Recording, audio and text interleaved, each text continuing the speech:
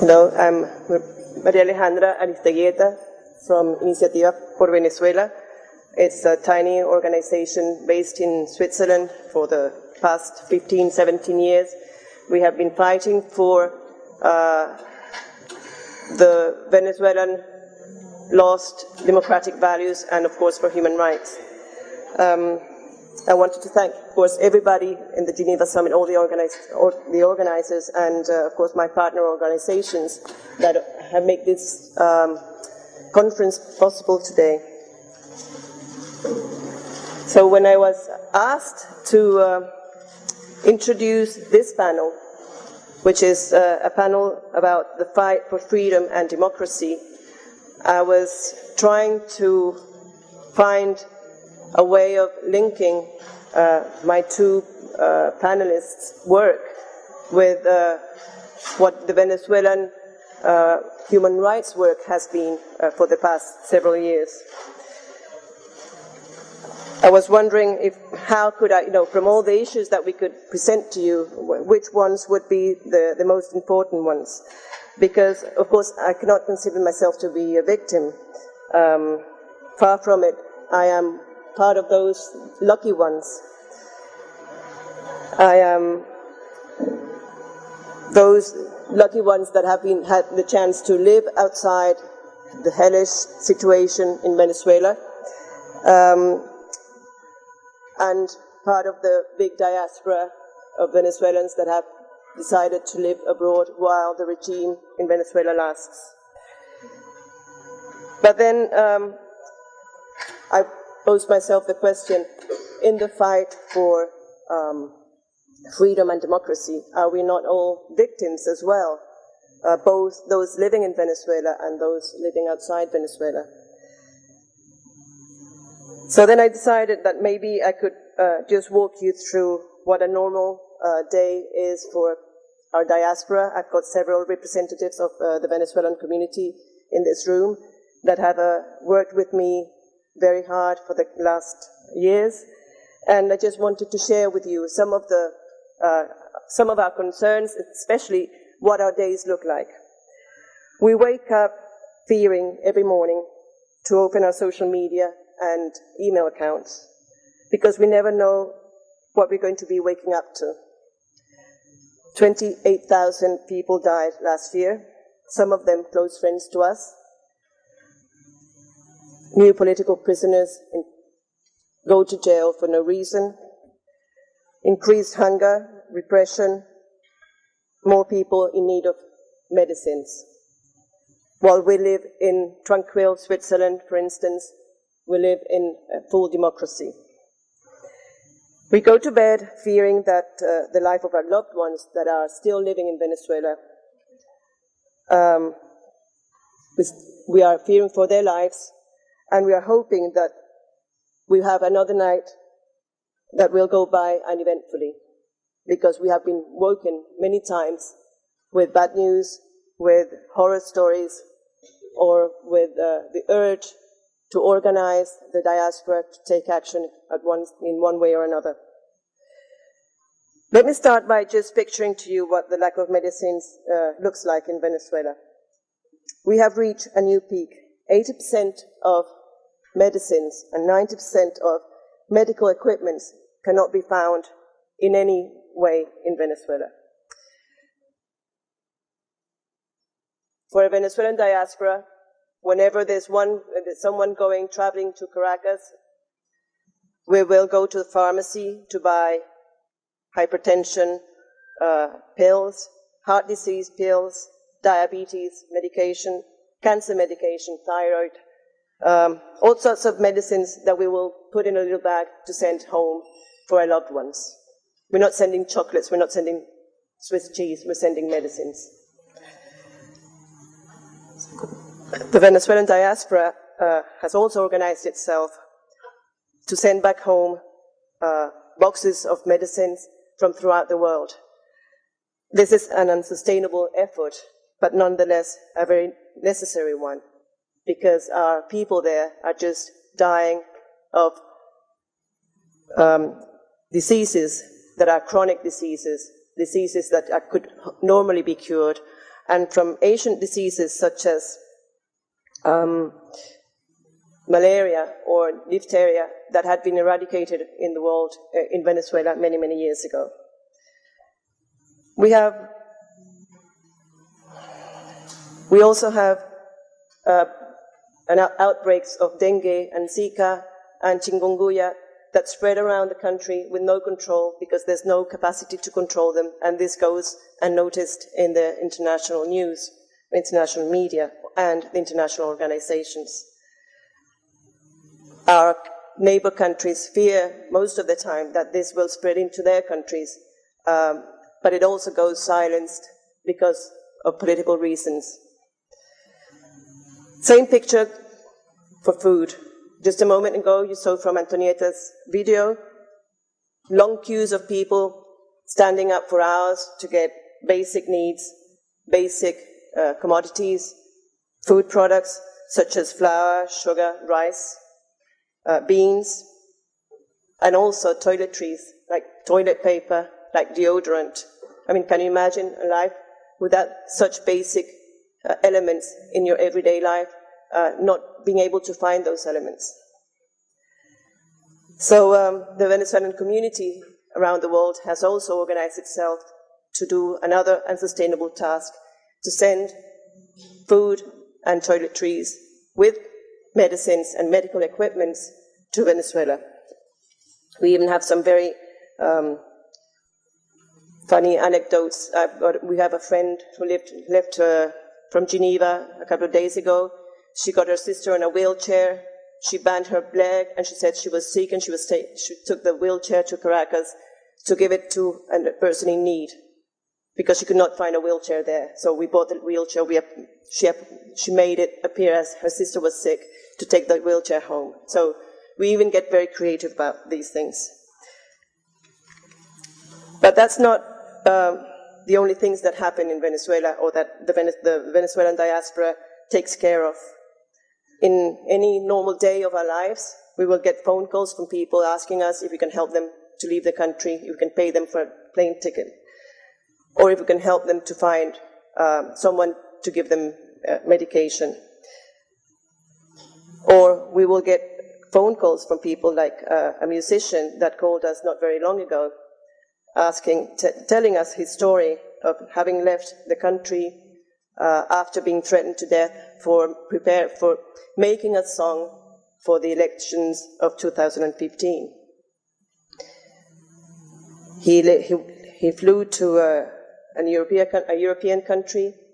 He asked for refugee status, and he was denied this refugee status. So in his chat, he would just say, help me, I'm starving, I have nothing, I have no money, I'm not allowed to work, I cannot go back to Venezuela, I don't know what to do.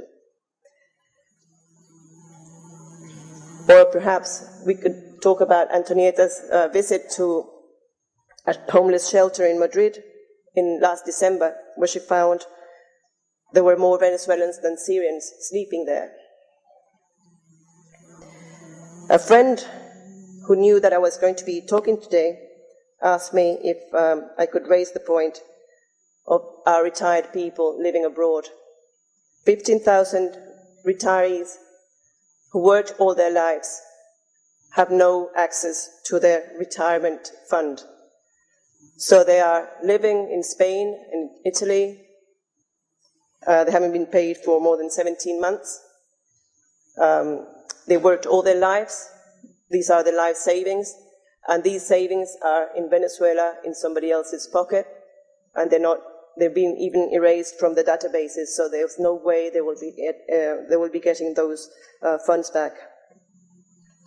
Yet another friend asked me that while we were talking about all these different issues, if we should mention the fact that Venezuelans abroad don't have the right to have a passport. It's not that we will be denied the passport. They will say they have no materials to issue the passport. They will say the same thing for birth certificate or identity cards. So we have Venezuelan children with no nationality who cannot live in any of the countries where they are because they're not national of that country, and they cannot fly home to get their papers done. And if you happen to be an illegal person living in any of these countries, Western countries, in Europe, for instance, the consulate will make sure that you don't have the right to get your papers and will deport you to the immigration authorities. We don't have the right to register to vote as Venezuelans abroad. We have the right to vote. We are not allowed to register if we're not legally established in the country where we're living.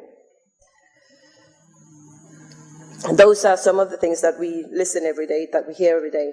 We also hear many people asking us for help to address the Human Rights Council, to address the Human Rights Office for the High Commissioner on Human Rights, and the special rapporteurs and working groups. We have politicians that have come to work with them to denounce their situation. Just a couple of weeks ago, we had a legislative parliamentarian from a regional parliament in the biggest state in Venezuela, who was lucky enough to be able to fly away from Venezuela to travel. He had been persecuted. He was in his apartment when the police came. He was able to jump from his 18th floor balcony to another balcony, and so on until he could run away. He made it to Europe, and luckily we could take him to the Human Rights Office to denounce his case.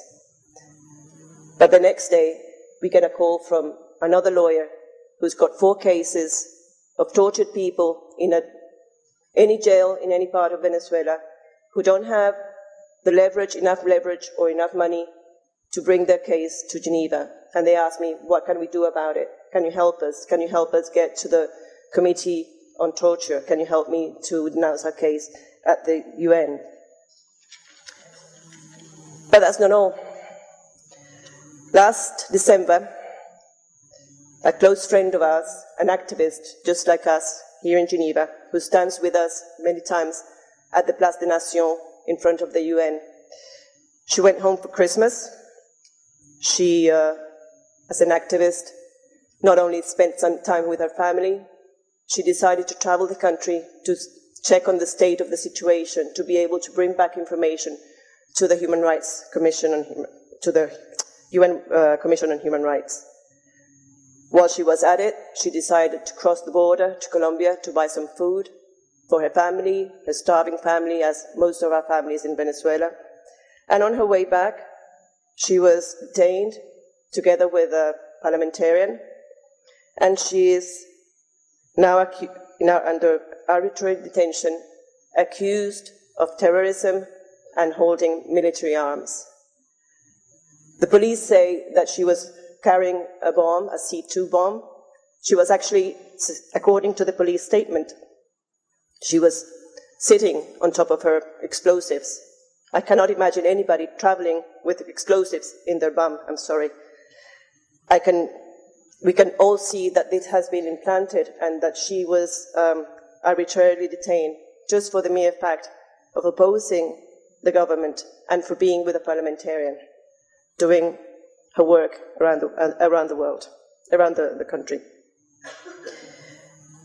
Let me just go a bit more personal, and I'm sorry to touch on personal things. I don't feel I'm a victim. I just feel that I need to report these things to you. My brother, who's got a little child who's sick with a rare disease, had to fly to Barcelona a couple of weeks ago because there's no medication, no way of establishing treatment for his kid. Of course, he didn't have enough money, so we had to, with all, not just the family, but with all family and friends, decided that we needed to help him to create a fund because his salary could just account for about one day in a hotel. 2 nieces that are around here today just said to me 2 nights ago, we want to have a normal life. I think we all want to have a normal life. All we want is to have a normal life and to stop feeling ourselves as victims or fighters of, for freedom and democracy. This is perhaps for us the most important part We know that we are fighters. We know that we have a long way to go. But at the same time, people do get tired of not living a normal life. So let me turn now to my two speakers. Nina Lamo, who's a 26-year-old woman who raised her voice to demand the truth about the death of her uncle. A Buddhist leader who died in prison. She was herself put in prison for raising her voice, for asking just to find out the truth of what had happened. And she was luckily able to escape, leaving her daughter and her mother behind. I will give the floor to Nina now, and the similarities of her case are so striking to what happens in Venezuela that I think that we have seen it here, that the pattern that goes on all over the world needs your voice to be raised, needs your efforts to be redoubled for this to stop. Nina, please.